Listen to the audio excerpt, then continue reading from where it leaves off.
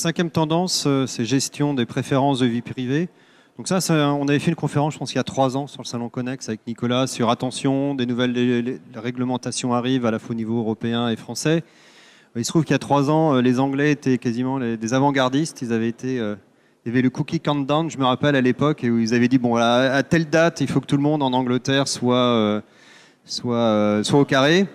Bon, en France, ça a mis quelques années à arriver, mais là, ça y est, la CNIL a sorti des directives assez strictes il y a plus d'1 an. Et là, l'été dernier, au mois d'août, ils ont sorti une nouvelle directive sur tout ce qui est cookies publicitaires. C'est vrai que les Anglais nous avaient fait un petit peu peur. La façon dont ils traitaient les cookies, avec la grande bannière qui apparaissait, il fallait dire oui ou non. On s'était dit, si tout le monde va là-dessus, ça risque d'être un peu compliqué. Ça s'est un peu simplifié aussi. Il y a eu une petite marche arrière. J'avais bien suivi les débats à l'époque. Je m'étais posé la question, est-ce que c'est la fin de ma carrière en analytics? Est-ce qu'il faut que je reparte ce développement web ou est-ce que je continue? Donc l'équivalent de la CNIL, l'ICO en Grande-Bretagne, Information Commissioner's Office, en fait, avait proposé au départ qu'il fallait donner l'accord explicite pour pouvoir avoir les cookies. L'ICO, l'équivalent de la CNIL, a décidé d'implémenter leur idée sur le propre site. Ils se sont rendus compte que leur trafic s'est cassé la figure de 90% du jour au lendemain où ils ont implémenté cette méthode-là. Aussi élevé que ça pouvait être... Ouais. Donc en fait, tout le monde avait dit dans le secteur, non, il faut faire opt-out. Les gens sont traqués par défaut, sauf s'ils donnent ils retirent ou ils gardent leur consentement explicitement. Donc, dès que vous cliquez sur une page, sur un lien, si vous n'avez pas dit explicitement oui, vous avez donné en fait implicitement votre accord pour être traqué. Uniquement si vous dites explicitement non, là vous n'êtes pas traqué. Donc chez Barclays, on utilise, on fait l'implémentation de notre TMS, Tag Management System, donc qui est DTM avec Adobe. Et ce que j'implémente, c'est en fait une fonction qui permet de vérifier le consentement du consommateur pour chacun des pixels de marketing qu'on implémente sur la page, qu'on veut avoir sur la page. Et on a 4 catégories en fait de contenu chez Barclays. La première catégorie, c'est tous les cookies qui sont essentiels au fonctionnement du site. Vous ne pouvez pas en fait dire non, ceux-là je ne les veux pas, ils sont obligatoires. Et il reste 3 catégories. La deuxième catégorie, c'est tout ce qui est analytics. La troisième partie, ça sera pour faire du profiling, donc des profils clients. La quatrième catégorie, c'est tout ce qui est pixels de marketing et ciblage comportemental. Donc, la 4 catégories, et pour chacune des 3 catégories restantes, le consommateur peut dire explicitement catégorie 2 analytics, OK. Catégorie 3, 4, je dis non. Ou alors, je dis oui à tout, ou je dis non à tout, à part les cookies sont essentiels. Et donc, dans notre IMS, on peut avoir une fonction qui va regarder le consentement qu'on a obtenu auparavant du consommateur et dire, voilà, ce contenu-là, on le veut sur la page d'accueil de notre site, mais si le consommateur a dit non, on n'a pas le droit. Okay. Voilà.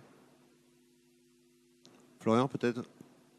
Alors de notre côté, chez Hotel.com, ce n'est pas aussi poussé parce qu'on n'est pas une banque, mais les processus de vie privée sont aussi très importants.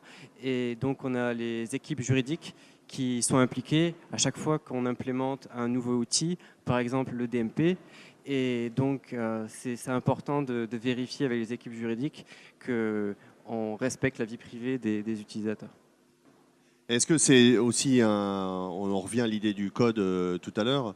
Je veux dire, on peut avoir pensé toutes les mesures pour être effectivement dans le respect de la réglementation, mais il suffit qu'il y ait un bout de code qui change pour que d'un seul coup, la durée de conservation du cookie, elle passe de 13 mois à 99 ans. Ça arrive, ça fait partie, à mon avis, des choses que vous surveillez? Alors, c'est pas vérifier les cookies, la durée des cookies, c'est pas vraiment dans mon domaine. On a une équipe légale pour ça. Non, mais de sensibiliser les développeurs, les web analytics à vérifier bien que vous n'avez rien touché à cette dimension-là. Alors, sur le point-là, oui, effectivement. Donc, nos développeurs, en fait, ne sont pas vraiment en fait avec la loi. On peut avoir des développeurs qui sont basés en Inde.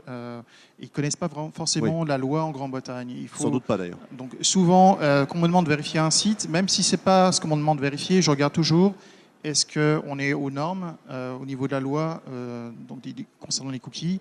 Et souvent, je peux trouver, quand le site est encore en test, qu'il manque les fonctions qui permettent de vérifier le consentement du consommateur. Il manque le lien sur la page qui permet de gérer les cookies, par exemple, où il n'y a pas de bandeau.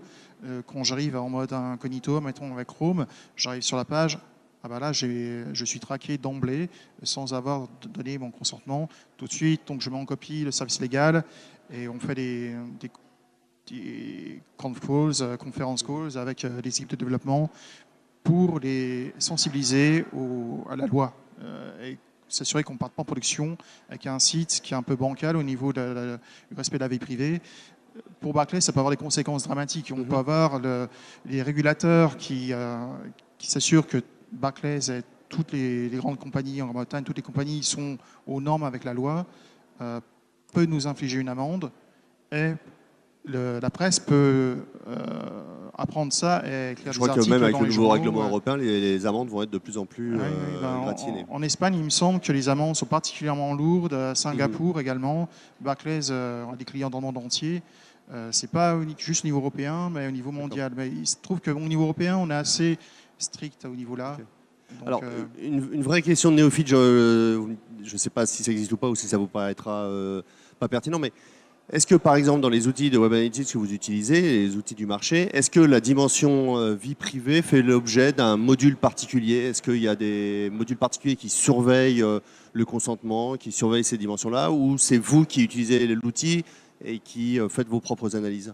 Je pense que c'est à nous, web analystes aussi, d'être sûr et vérifier que dans nos plans de marquage, on ne capture pas des informations personnellement identifiables. Et c'est un des points clés que l'on vérifie quand on fait des implémentations. D'accord. Mais il n'y a pas, on va dire, une fonction je coche, vérifie-moi effectivement, automatiquement les aspects vie il privée. me semble que Google Analytics et Adobe Analytics a une fonction pour protéger l'adresse IP.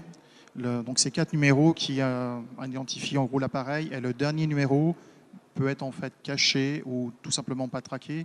Et en Allemagne et en Suisse, l'adresse IP est considérée comme information privée personnelle.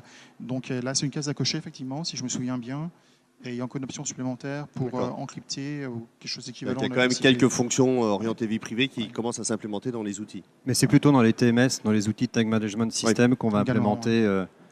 On va d'abord gérer ça et après, en fonction de ça, on déclenchera ou pas les tags analytics ou les tags de trafic.